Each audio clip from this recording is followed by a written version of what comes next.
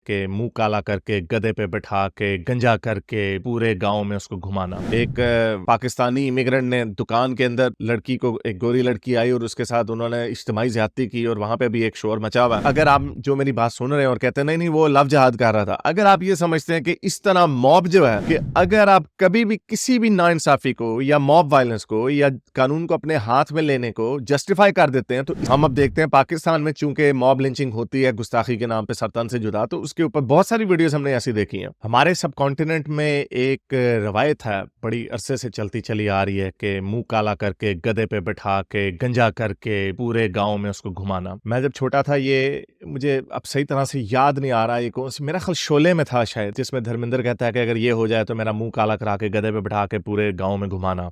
I could be wrong, लेकिन बॉलीवुड की film में मैंने देखा था। तो ये अब हमें पता चलता है कि ये जो प्रैक्टिस है देहात में, गांव में बहुत ज्यादा कॉमन है। तो उसी तरह की एक वीडियो अभी आई कि एक मुसलमान आदमी था, मोहब्बत अली उनका नाम था शायद, और उनके ऊपर इल्जाम था कि उन्होंने गांव की लड़कियों से वो बातें करते थे, पता नहीं क्या मकसद था उसके पीछे उनके ऊपर। बहरहाल शायद लव जिहाद का उनके ऊपर इल्जाम लगा, या ये वो समझे क्योंकि लव जिहाद का जो नैरेटिव है उसको बड़ा पेडल किया गया। तो इस इल्जाम के ऊपर उस 70-74 साल के बाबा जी को पहले उनका मुंह काला किया और फिर उनको गधे पे बिठाया, पूरे गांव में घुमाया, फिर उनको कहा कि थूक के चाटो, और बड़ी डीह्यूमनाइजिंग किस्म की हरकतें उनके साथ की गई। उसके बाद वो फिर पुलिस के पास गए और पुलिस ने एक्शन लिया और 4 लोगों को गिरफ्तार कर लिया। तो कानून तो हरकत में आया, लेकिन ये वही चीज है कि आपने, जो हम हमेशा से कहते हैं कि आपके किसी भी मुल्क के कुछ मॉडर्न कानून होते हैं और उन कानून को आपने फॉलो करना होता है। आई अंडरस्टैंड कि बहुत सारी, जब आपका सोशल फैब्रिक तबाह होने लगता है तो आपको ये लगता है कि जो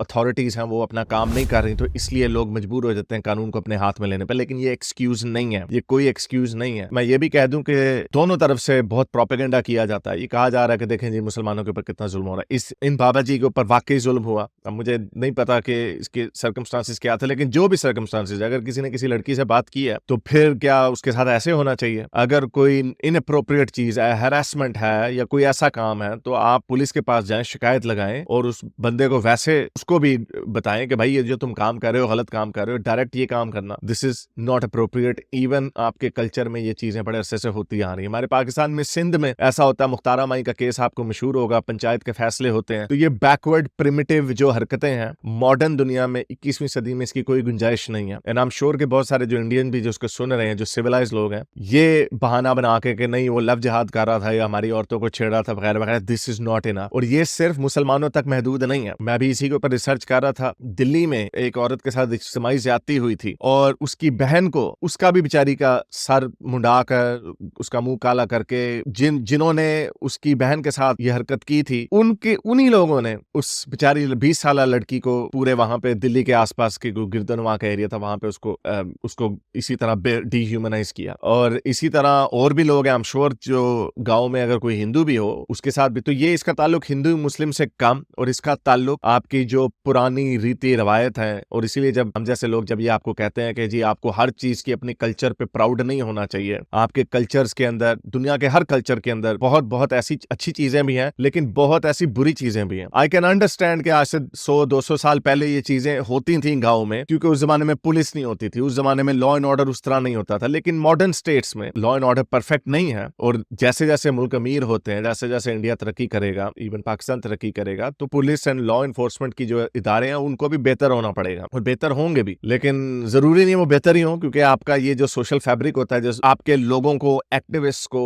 किसी ना किसी टॉपिक पे जिसपे हुकूमत पीछे रह जाती है उसके ऊपर एक्टिविज्म करना जरूरी होता है। हम वेस्ट में देख रहे हैं, अभी वेस्ट में एक इंग्लैंड में मेरा ख्याल डॉनकास्टर एक जगह है, वहां पर एक पाकिस्तानी इमिग्रेंट ने दुकान के अंदर लड़की को, एक गोरी लड़की आई और उसके साथ उन्होंने इज्तिमाई ज्यादती की और वहां पे भी एक शोर मचा हुआ। और इस तरह के बेतहाशा वाकयात हमने ग्रूमिंग गैंग के देखे हैं। और पता ये चला कि उस बंदे ने, दुकान वाले ने, उसके ऊपर पहले भी हरासमेंट की लोगों ने कंप्लेंट्स की हैं, लेकिन उनकी पुलिस ने कुछ नहीं किया। तो उनकी पुलिस में हम देखते हैं कि एक दोहरा मेयार आ रहा है। तो इससे पता चलता है कि लॉ एनफोर्समेंट एजेंसीज जो है वो थोड़ी लैग कर रही हैं, पीछे जा रही हैं। उसकी कोई भी वजह हो सकती है कि हमने रेसिज्म नहीं दिखना, ये एक प्रोटेक्टेड माइनॉरिटी है, अगर हम इनके ऊपर ज्यादा हाथ सख्त करेंगे तो दुनिया में शोर मचेगा और रेसिज्म बढ़ जाएगा वगैरह वगैरह। तो ये वो चीजें हैं जिनको एक्टिविस्ट जो हैं वो कंट्रोल करते हैं। और उधर गुस्सा बढ़ रहा है और लोगों में अब ये डर आ रहा है कि लोग उधर भी शायद इसी तरह खुद ही कानून को अपने हाथ में लेना शुरू कर देंगे। तो ऑब्वियसली वहां तक बात नहीं जानी चाहिए। है, लेकिन यहाँ पर इंडिया में या हमारे पाकिस्तान में ये चीजें, इसका ताल्लुक कल्चर से है और ये कल्चर बड़ा पुराना है कि मुंह काला करा के उनको जलील करना वगैरह वगैरह। तो जैसे मैंने बताया पुराने जमाने में तो इसकी सेंस बन सकती है, लेकिन आजकल के मॉडर्न जमाने में इसकी सेंस नहीं बनती। और ये मत समझिए, अगर आप जो मेरी बात सुन रहे हैं और कहते हैं नहीं वो लव जहाद कर रहा था, अगर आप ये समझते हैं कि इस तरह मॉब जो है आपको डीह्यूमनाइज कर सकता है, या अगर आप ये बहाना मारते हैं कि चलो जी कम से कम हम सरतन से जुदा तो नहीं करते, तो आप इसको लेजिटिमाइज कर रहे हैं, आप इसको जस्टिफाई कर रहे हैं। और ये याद रखिएगा कि अगर आप कभी भी किसी भी नाइंसाफी को या मॉब वायलेंस को या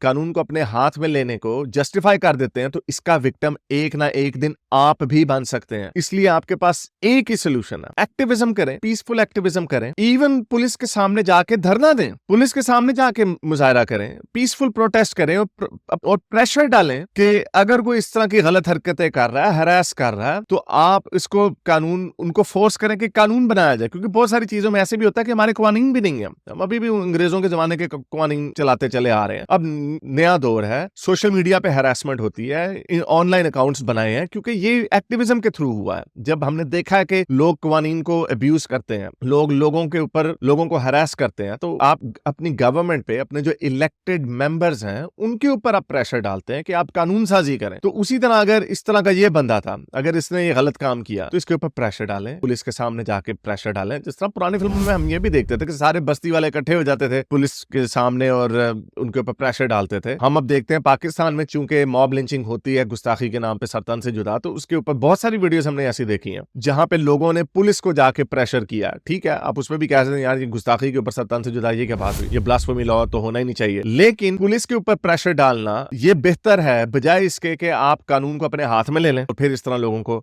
नुकसान पहुंचाए। तो उम्मीद करता हूं आज की वीडियो आपको पसंद आई होगी। इसको लाइक करें, शेयर करें, सब्सक्राइब करें और कमेंट्स में अपने ख्यालात का इजहार जरूर करें। बताएं कि ये जो हो रहा है काम ऐसा क्यों हो रहा है और ऐसा नहीं होना चाहिए। और आप लोगों को, जो मॉडर्न सिटीजन्स हैं, जो चाहते हैं कि राइजिंग इंडिया हो, जो जिसकी दुनिया इज्जत करे, तो ये जो इस तरह की जो इवेंट्स होते हैं तो बहुत एम्बैरेसिंग इवेंट्स हैं और ये सबके लिए बुरे साबित होते हैं। अब तक के लिए इतना, अगली वीडियो तक साइंस हाफिज। अगर आपको मेरी ये वीडियो अच्छी लगी तो मेरे चैनल के मेंबर बनिए, पेट्रन बनिए, या फिर आप मुझे बाय मी या कॉफी में भी सपोर्ट कर सकते हैं।